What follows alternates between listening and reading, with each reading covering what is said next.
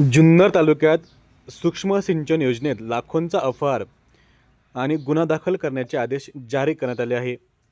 तालुका कृषी अधिकारी कार्यालयाच्या अंतर्गत राबवण्यात येणाऱ्या सूक्ष्म सिंचन योजनेत 2025-26 मध्ये मोठा आर्थिक अपहार झाल्याचा प्रकार उघडकीस आला आहे.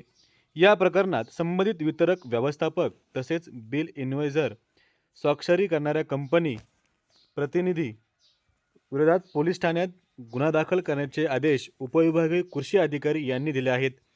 मिळालेल्या माहितीनुसार संगणक प्रणालीद्वारे विभागाकडे सादर करण्यात आलेल्या 25 प्रस्तावातब्बल 5,59,000 रुपयाचा अपहार झाल्याचे प्राथमिक तपासात आढळून आले.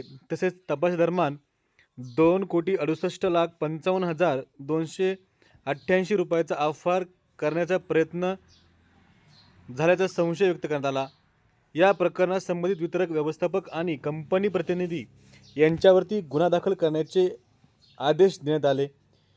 बाळासाहेब दत्तात्रय विश्वासराव, श्री आशिष ज्ञानेश्वर शिंदे, श्री नितीन विश्वासराव, श्री संकेत संतोष जगताप व श्री राजू पिंगट यांचा समावेश आहे. तसेच कंपनी प्रतिनिधी प्रकाश वाळकर, शरद शिवाजी खेमनर, अजिंक्य साळुंके आणि निलेश पोतदार यांचाही नावे समोर आली आहे.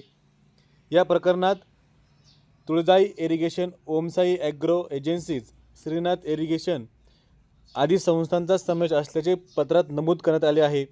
संबंधितांवर तात्काळ गुन्हा दाखल करून त्यांची FIR प्रत कार्यालयात सादर करण्याचे आदेश जारी करण्यात आले आहेत. ही कारवाई उपविभागीय कृषी अधिकारी राजीवनगर यांनी केली असून प्रकरणाचा पुढील तपास कृषी अधिकारी सतीश शिरसाट साहेब करत आहेत. जुन्नर डायरी, बेल्ले.